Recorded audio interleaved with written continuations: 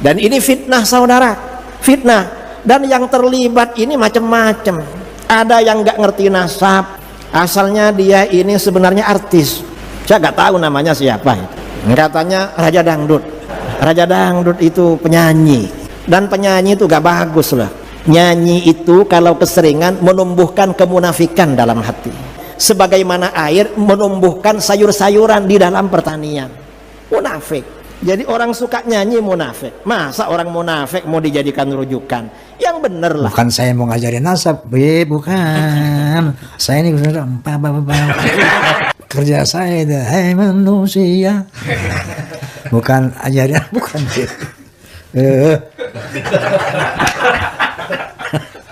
Dipelintir-pelintir begitu. Lagu Sebujur Bangkai Rhoma Irama itu lebih baik, lebih manfaat daripada pidato 70 baik.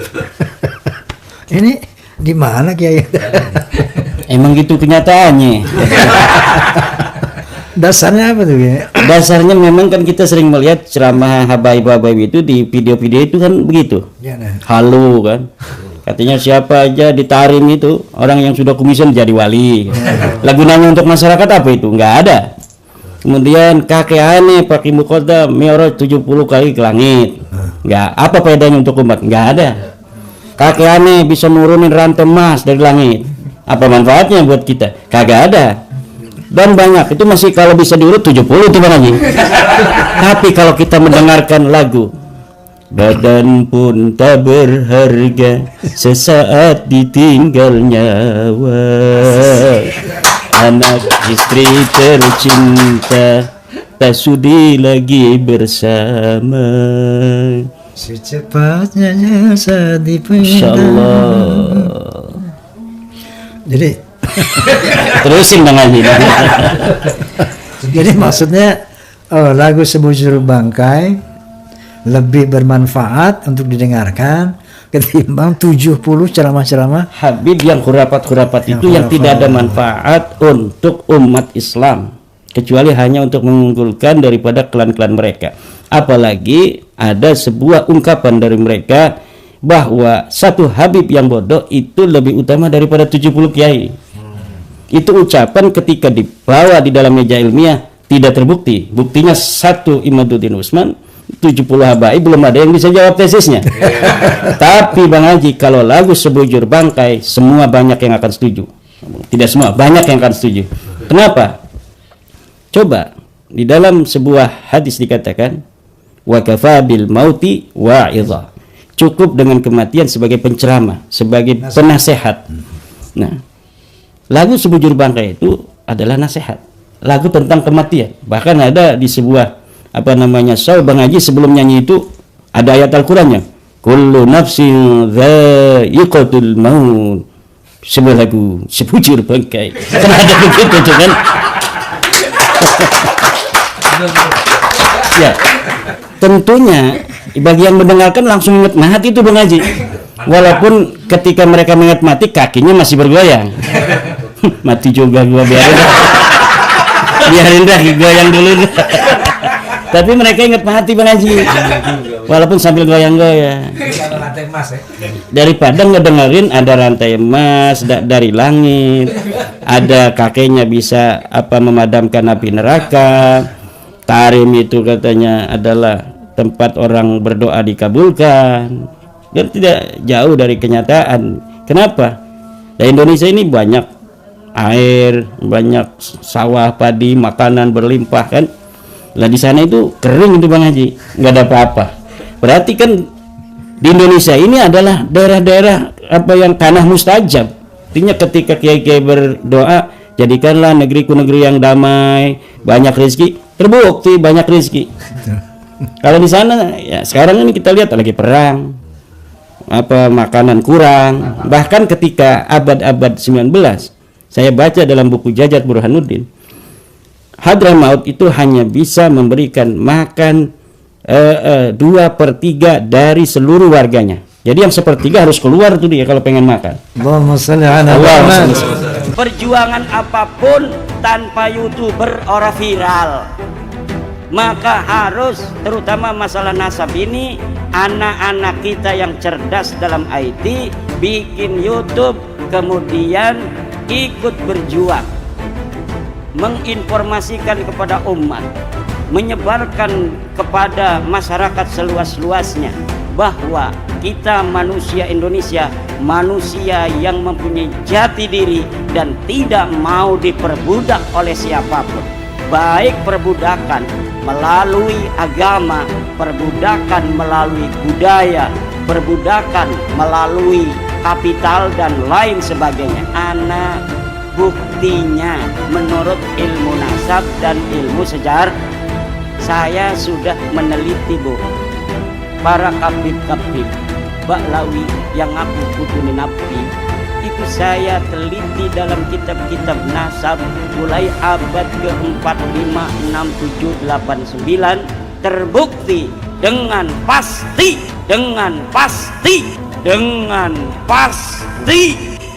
bahwa mereka bukanlah keturunan baginda Nabi besar Muhammad sallallahu alaihi wasallam.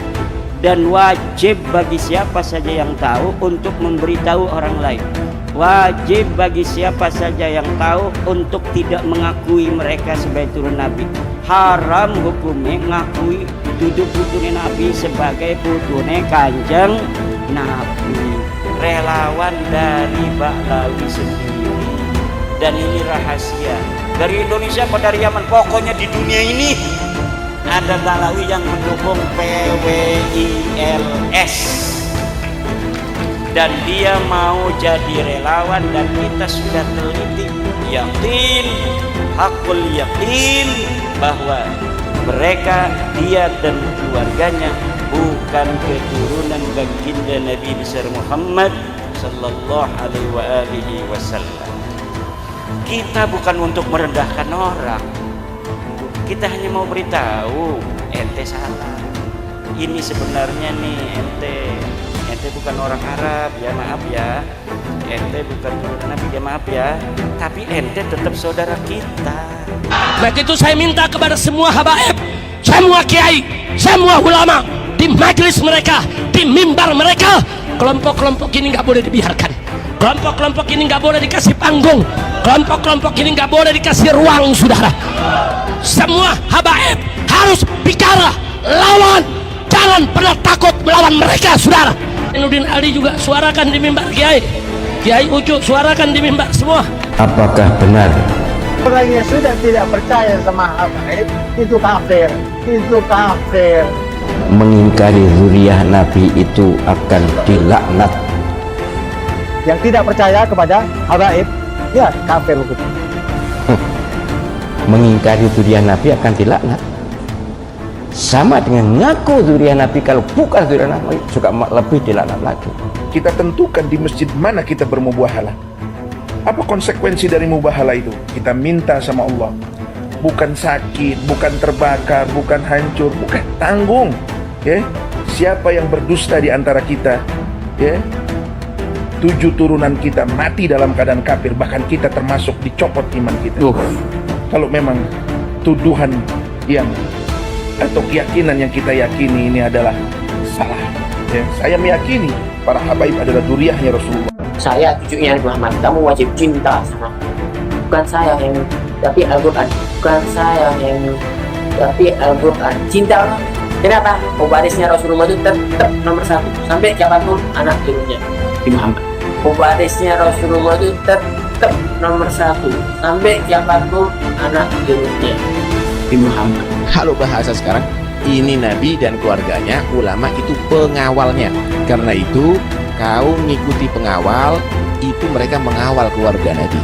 Itu ngikuti Al-Quran tapi nggak ngikuti habaib, keluarga Nabi SAW, Ahlul Bait Nabi. Ente juga sesat dan kamu akan sesat, pasti akan sesat.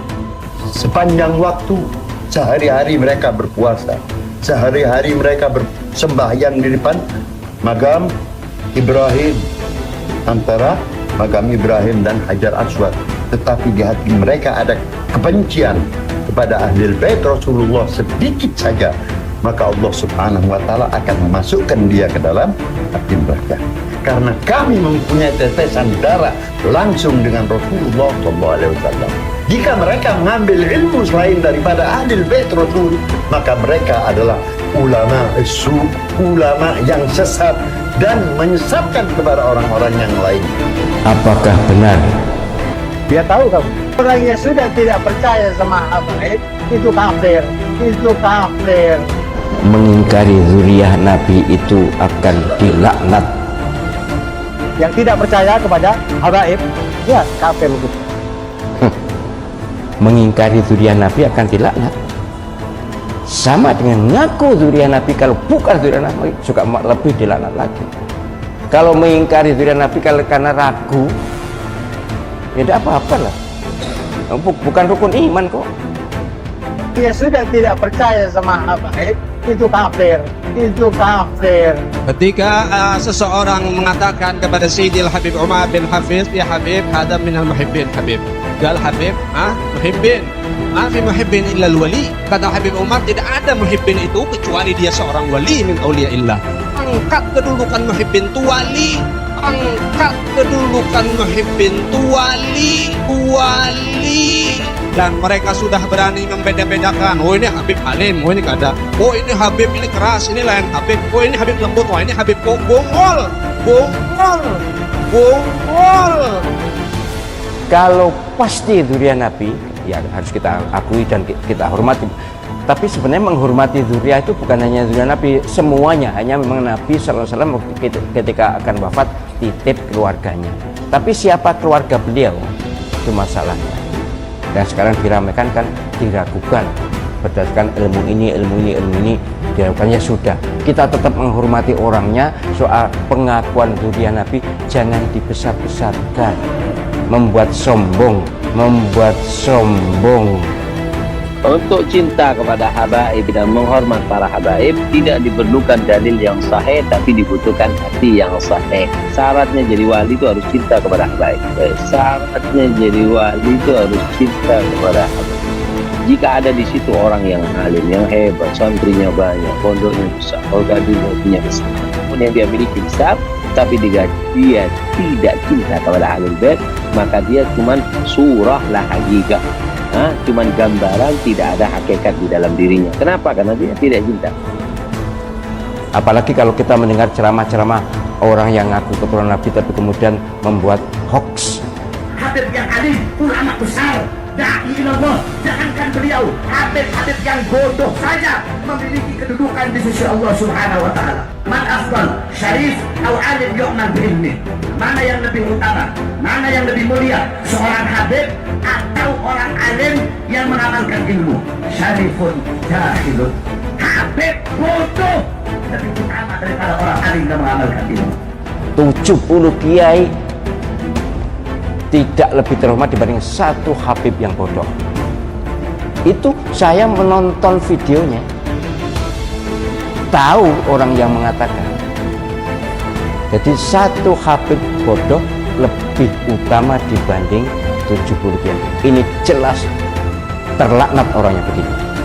Terlaknat orangnya begini. Ternyata saya baru tahu, ternyata saya baru sadar bahwa saya terlalu mahal auman zina untuk meladeni bohongan para anjing-anjing. Terlaknat orangnya begini. Ya bagaimanapun, andai kata ada, ya tidak begitulah membandingkannya. Bahwa keturunan Nabi itu malah dikomentari. Karena apa? Karena keturunan Nabi itu walaupun misalnya jadi gila misalnya, tetap keturunan Nabi. Sementara ulama atau kiai kalau jadi gila ya hilang ulamanya, kiainya. Ngene analisisnya menangnya dewe. Yang jelas saya tidak setuju dan saya yakin orang waras tidak setuju. Kiai yang beneran ya, kiai yang kiai betul, yaitu kiai yang alim dan soleh, itu kiai. Keturunan siapapun. Jadi tidak benar ini. Sebab yang mengingkari keturunan Rasulullah salah satu dari 3: munafik, anak zina, atau anak yang disetubuh dalam keadaan ibunya haid.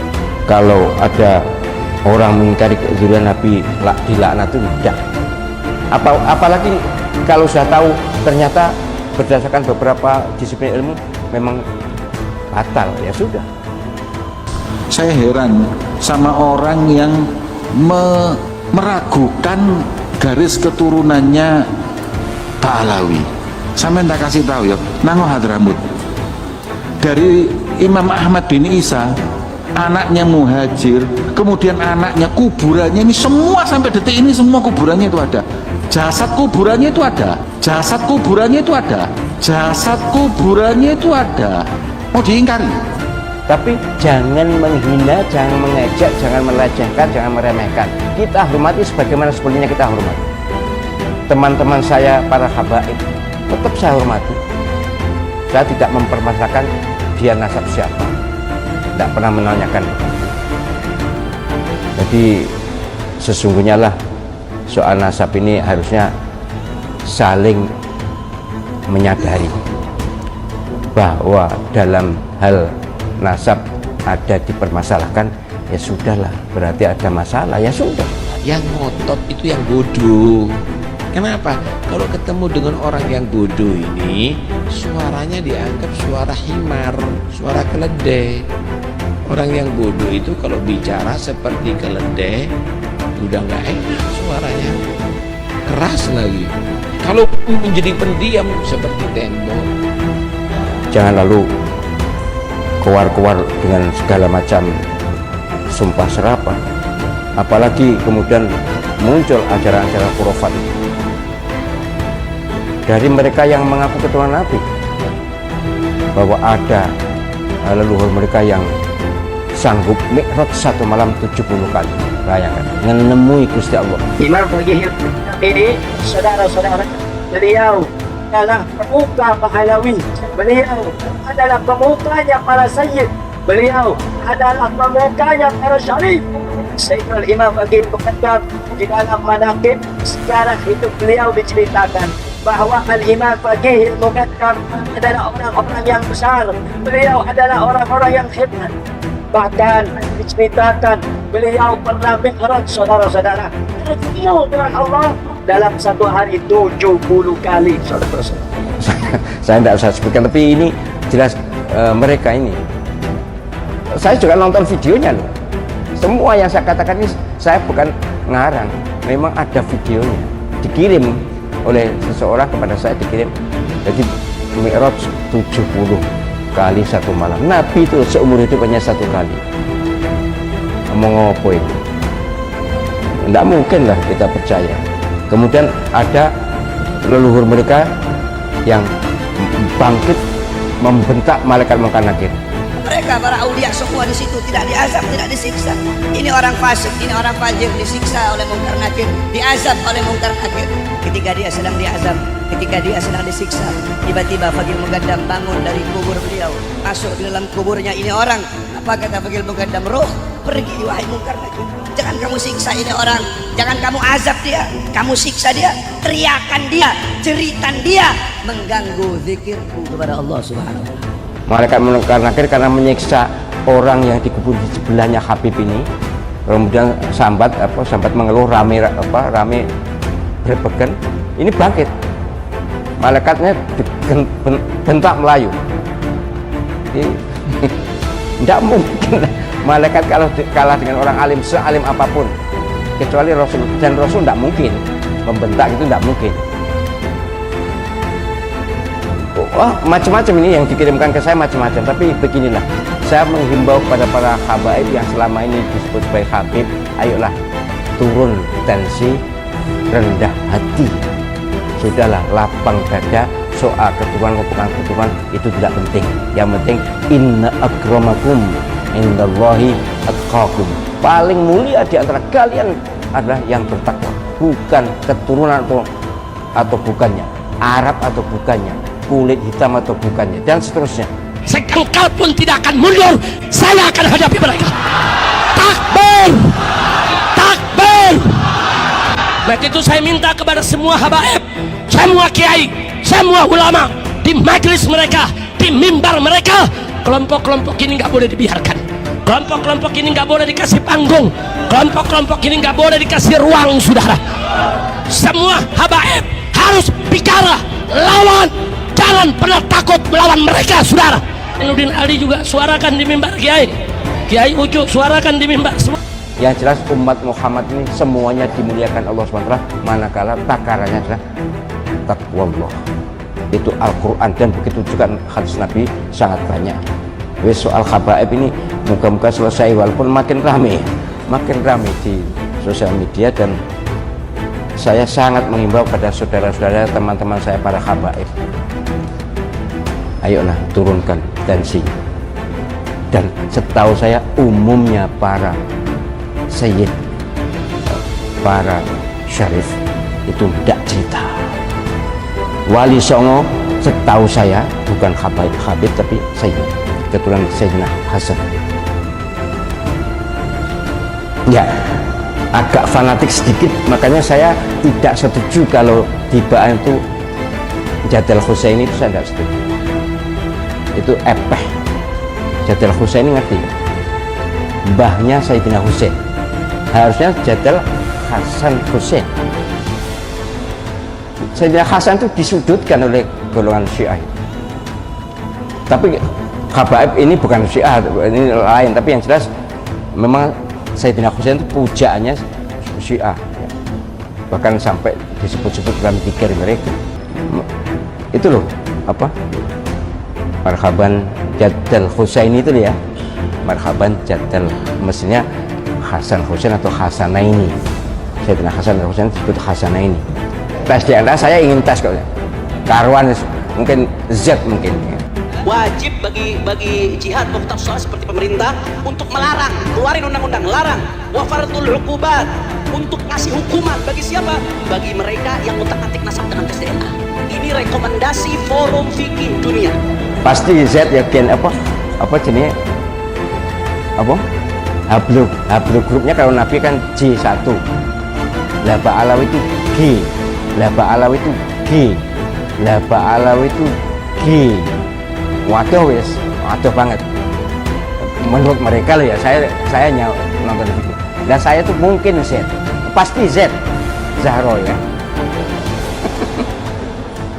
Engkong. Ya, tapi maksud saya gini loh, ayolah kita sadarkan diri dan sadari diri. Keturunan siapapun harganya bukan di nasab, tapi harganya nilainya bukan di nasab tapi di ketakwaan.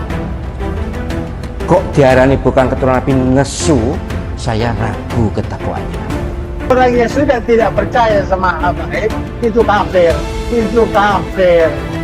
Mohon maaf ya, mohon maaf. Diarani bukan keturunan Nabi itu nesu apa sih? Marah kemudian mencak-mencak lalu provokasi. Saya malah ragu. Gila apa? Ada apa itu? Orangnya ada. Gua tahu lu dibayar, gua tahu lu dibayar. Ini kan operasi intelijen, saudara. Operasi intelijen, Bu, Pak. Bikin kajian. Nah, hasil kajiannya apa? Di Indonesia ini yang berakar mempengaruhi putusan rakyat masyarakat ada dua. Satu kiai, dua habaib, saudara. Ini nggak boleh bersatu, nggak bersatu aja ancaman, apalagi bersatu, saudara. Maka itu mereka mau pecah belah. Untuk habaibnya sudah difitnah macam-macam, nggak membat. Ya akhirnya terakhir habaib ini kan dipercaya sama umat. Kenapa sih dipercaya? Kenapa sih dihormati? Oh karena mereka turunan Nabi. Oh kalau begitu, bikin saja berita di tengah masyarakat bahwa mereka Habib palsu, bahwa mereka Habib palsu, bahwa mereka Habib palsu. Mereka bukan turunan Nabi. Tujuan mereka kabut pengaruh habaib. Kurang ajar. Nah saya tanya, kalau kiai dan habaib diadu domba bahaya tidak? Bahaya tidak? Nah sekarang kelompok ini bayar orang, saudara. Yang iri dengki dengan habaib dibayar, yang benci kepada habaib dibayar. Jangankan orang awam, ada tokoh didatangi, dikasih nasab buat dia, langsung nyerang habaib, saudara. Padahal dia sama habaib selama ini hubungannya baik. Ini fitnah berbahaya. gak boleh dibiarkan. Habaib, kiai, muallim, kiai, nyai, ustadz, ustazah wajib bersatu, betul. Yang semula sebelum saya tahu saya ini bukan ahli nasab tuh, saya tidak ahli nasab, sehingga saya ya ikut-ikut aja jadi keturunan Nabi ya serta hormati lebih daripada yang lain. Tapi ketika tahu begini, Bismillahirrahmanirrahim. Asyhadu an la ilaha illallah wa asyhadu anna Muhammadar Rasulullah. Saya hakul yakin bahwa Bahalawi bukan keturunan Nabi Muhammad SAW. Kemudian yang bersangkutan marah. Anak keturunan PKI yang dendam dengan kiai dibayar. Bicara PKI, dari mana komunis? Dari mana PKI? Pentolan PKI itu Aidit itu dari Yaman. Saudara, mereka rame-rame mengganyang habaib dan kiai. Kurang ajar, kurang ajar. Harganya turun di bawah 50%. Gak patek enek regani di hadapan saya, di hati saya. Ini orang apa ini? Kalau dia tahu ajaran agama, kenapa mesti marah? Apa karena tidak dihormati lagi, tidak bisa cari? Tidak bisa bogoki mas. Ya memang saya ada cerita dan melihat dengan mata kepala waktu kecil. Mereka ini suka minta maksa. Sakir, Habib Kasim Maulid Santri. Ente siap besok 100 juta. Selamat. Bang Rocky berapa? 20 juta. Takbir. Suka jual maksa. Banyu bekas diminum Habib Husin berapa? Banyu bekas diminum Habib Husin, mudahan berkah, amin. Berapa? Jonong, Beb minum lagi Beb. Bekas Habib Muhammad, banyu bekas Habib Muhammad berapa? Berapa? Bekas habaib, mudahan berkah, anak ini soleh, amin. Berapa Bu? Hah? Jonong, Beb minum, ambil julungi sekardus. Maka di Madura kasus jelas istri suruh mencerai kemudian dinikahi. Alasannya supaya punya keturunan baik. Itu gombal banget. Saya tunggu kalian, kurang ajar. Takbir. Aku ngancam mau sweeping habaib ye. Wah kepret loh. Aku bilang kita akan bikin pasukan berani mati buat sweeping habaib ye. Lo bikin pasukan berani mati, gua bikin pasukan berani matiin. Iya.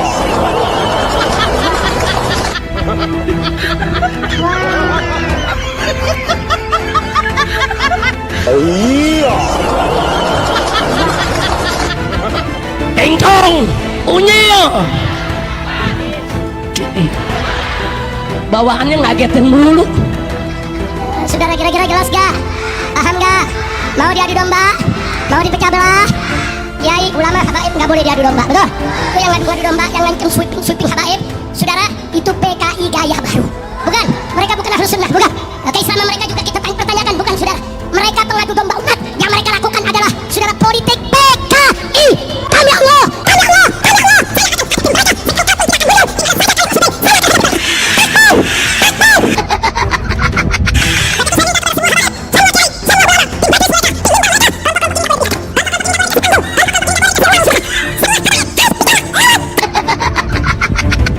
Aduh, ada-ada saja nih Gus Idrus Romli ya teman-teman ya.